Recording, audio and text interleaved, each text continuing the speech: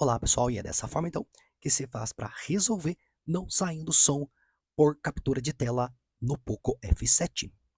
Para fazer isso, pessoal, você vai então aqui no caso, se tiver tirando um print de tela, pessoal, ó, e ele não sai som, é por print, ó, tirar um print aqui, aí tirei um print, ó, e ele não saiu som, tá ok? Então se caso não estiver sendo som, pessoal, pode ser uma configuração no seu dispositivo. Aí você vai em configurações, vem aqui em som e vibração, bem mais abaixo, configurações adicionais e temos aqui, ó, reproduzir som ao capturar a tela. Então está desmarcado aqui, ó.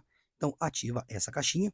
Outra coisa que você pode verificar é verificar o volume aqui, ó. Então se tiver o volume no mínimo ou neutro ali, ó, desligado, ele não vai sair o som também, tá ok? Então feito isso, pessoal, agora pode tirar um print normalmente, ó. E ele agora, ó, ele já emite um som quando printa a tela. Bom, espero que esse vídeo aí, pessoal, ele tenha te ajudado de alguma forma. Não se esqueça aí de colocar aquele likezão no vídeo. E até a próxima. Tchau, tchau.